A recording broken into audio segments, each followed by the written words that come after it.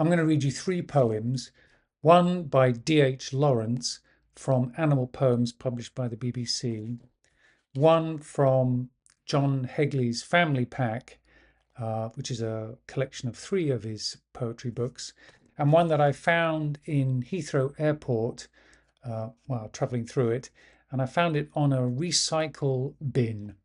And this is what it says. The title is London Airport. Last night in London Airport, I saw a wooden bin labelled Unwanted Literature is to be placed within. So I wrote a poem and popped it in. Isn't that great? I love that poem. It's by Christopher Logue, born in 1926.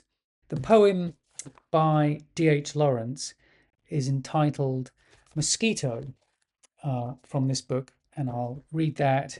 And then after that, I'm going to read, of course, I can't find it now. I think it's called A Dog and a Pigeon, and it's from The Brother-in-Law and Other Animals, and that from the Family Pack. And that's significant, as you'll see towards the end of the poem. Okay, well, I hope you enjoy them. In a shocking flurry of feathers, a seemingly pleasant dog attacked a pigeon in the park. The badly shaken owner tethered the attacker, who began to bark. If that dog can kill, I said, you should let it finish the job. No, said another witness. It's not our job to interfere with nature. The owner looked. The pigeon bled. It's your dog, your decision, I said. I'll let him go, says the owner. Then it's up to Fred. So Fred is freed, and the bleeding bird is shaken and left, but still not dead. It's even worse now, the owner whimpers. A brick on the head, then, I say. I can't, says the owner, beginning to weep. Can you do it? Then my brother-in-law comes over with half a paving stone. I'll do it, he says, for 10 quid.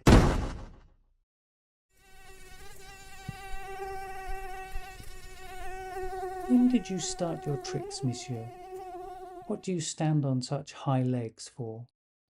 Why this length of shredded shank, you exultation? Is it so that you shall lift your centre of gravity upwards and weigh no more than air as you alight upon me? Stand upon me weightless, you phantom? I heard a woman call you the winged Victory in sluggish Venice. You turn your head towards your tail and smile. How can you put so much devilry into that translucent phantom shred of a frail corpus? Queer, with your thin wings and your streaming legs, how you sail like a heron on a dull clot of air, a nothingness. Yet what an aura surrounds you, your evil little aura, prowling and casting a numbness on my mind. That is your trick, your bit of filthy magic, invisibility and the anesthetic power to deaden my attention in your direction. But I know your game now, sneaky sorcerer. Queer how you stalk and prowl the air, in circles and evasions, enveloping me, gowl on wings, winged Victory. Settle and stand on long thin shanks, eyeing me sideways, and cunningly conscious that I am aware, you speck. I hate the way you lurch off sideways into the air, having read my thoughts against you. Come then, let us play at unawares, and see who wins in this sly game of bluff, man or mosquito. You don't know that I exist, and I don't know that you exist. Now then, it is your trump, your hateful little trump, you pointed fiend, which shakes my sudden blood to hatred of you. It is your small, high, hateful bugle in my ear. Why do you do it? Surely it is bad policy. They say you can't help it. But if that is so, then I believe a little in Providence protecting the innocent. But it sounds so amazingly like a slogan, a yell of triumph as you snatch my scalp. Blood, red blood, super magical, forbidden liqueur.